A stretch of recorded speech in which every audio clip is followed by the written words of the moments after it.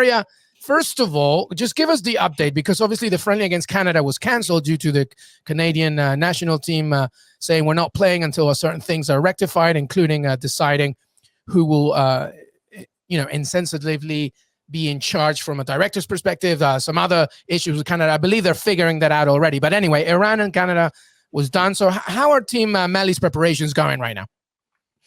Well, yeah, as you said, the Canada game got cancelled. It was actually through other reasons, like political reasons as well. It got cancelled for that reason. Now we are in Doha doing our camp there in scorching heat. However, they've got one game with Algeria to be played on Sunday, and that's the only game we'll play for this month's FIFA international break, which is a bit of a shame considering, as I've said before, previously we have struggled to organize friendly matches, and we're only going to play one this camp. So it's not just one game this whole summer. Just one game, yeah. Okay. One game this summer. Maybe we'll get some in September, but that's not guaranteed. The federation, unfortunately, didn't have a plan B for the Canada game, which is something you can't do. I think it's very amateurish for them to do that, especially considering all the social media backlash of this game being organized in Canada. All that happened, and they just said, all my eggs in one basket, and we're just going to play against Canada, but it got cancelled. So they didn't really prepare themselves for a contingency to go and say, yeah, we can play someone else now. They set up this training camp in Doha, and they tried to get other teams. They had an offer from Uruguay that the US just played, but they didn't want to travel all the way to Montevideo because it's too far for them to just play one game. So they just stayed in Doha, but they're also just playing one game. So my God, Iran, you're a little bit annoying, huh? When it comes to international football, how are the players feeling about this? Because obviously this is the federation making these decisions. Are the players happy with it?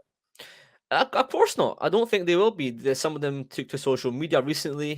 Jahan Bakhsh, one of the captains of the team, Sadar Osman, and Taremi, who are some of the key players in this team. They took to social media to just say, what is our team doing? What is this compared to what we used to have? It's not good enough. We're the first ranked team in Asia, and we can't get a friendly game. It's not good enough, in my opinion. And I understand, look, the country, it's not easy for them. The way the country works, it's not easy for them to do these things. We all know that. But having said that, it's still not good enough, in my opinion, to not have any kind of meaningful matches played in June, except one against Algeria, which is a good game, but it's just one, Yeah.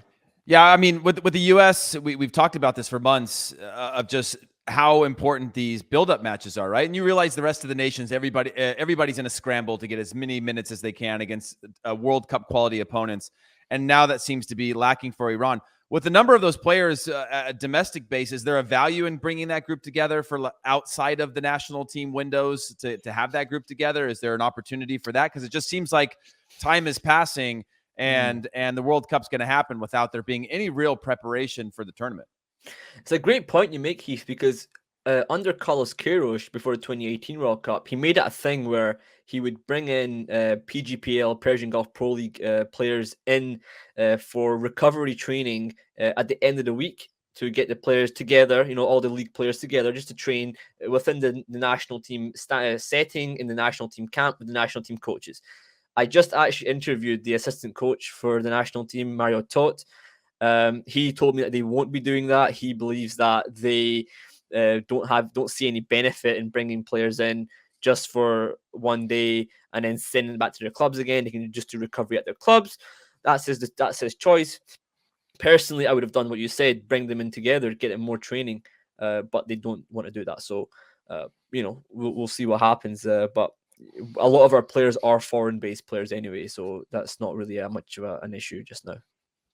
Arya, I was just wondering, how much pressure is there at the moment in terms of the Iran team going into this World Cup? In terms of it's as close to a home World Cup as they could get at the moment. Yeah. And they gave a good account for themselves at the last World Cup as well.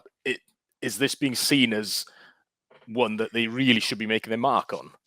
Well, the objective for the national team of Iran is to qualify for the second round. That's what they want to do, right? They don't want to go there and finish third and fourth place. They want to finish second. That's they've been to 2 World Cups now. They've done well, you know. In 2014, they did really get good against Argentina. They got unlucky to lose against Portugal and Spain. Did really well, but now their objective: can we get to the second round of the World Cup? But as I said, the preparation hasn't reached a standard where you can succeed in that objective. So the fans are super excited. You know, me personally, I'm so excited to see our players go to the World Cup, and you know, I know that they have the fight and the passion, and they will show that. No doubt about it. I don't have any doubt that they will do that, and the coach will do his best to get them to that standard. But the federation, unfortunately, haven't done enough to match that passion from the players and the fans.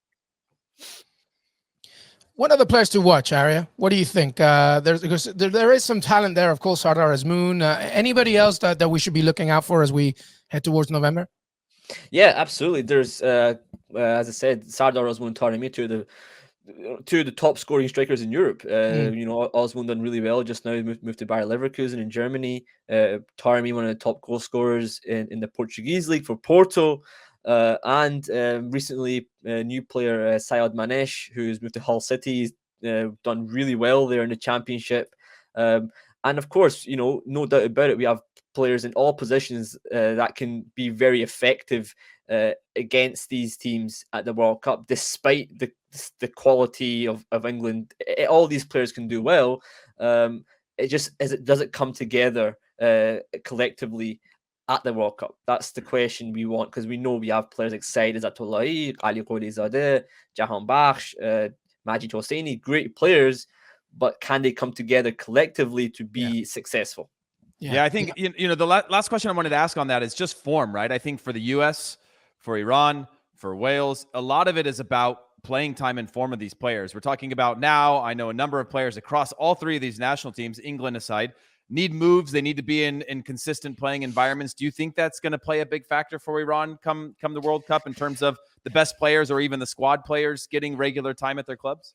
Well, a guy like Salman Ghodus, who's at Brentford just now, hasn't played for Brentford that much this season. Our number 1 goalkeeper, Arya Vand, who was at Boa Vista in Portugal, has just moved back to the Iranian League of Persepolis for playing time. We've players who similar positions haven't had a lot of game time. The most important thing is the game time, regardless of where they play at this point, because as I said, there's no preparation games, so they need the playing time at club level. Of course, we want our players to be playing at a high level. For a number of years, Iranian players haven't really been at the top European leagues. We're starting to do that now. It's starting to get really successful in getting players at these leagues.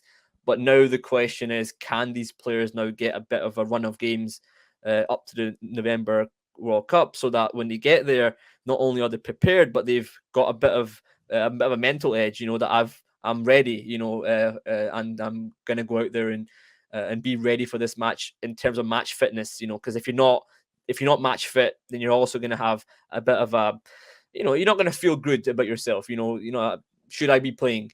Technically speaking, no, because you've not played at club level, but you're an important player for the team, so we need you. That's the kind of mentality they'll have if the players don't play.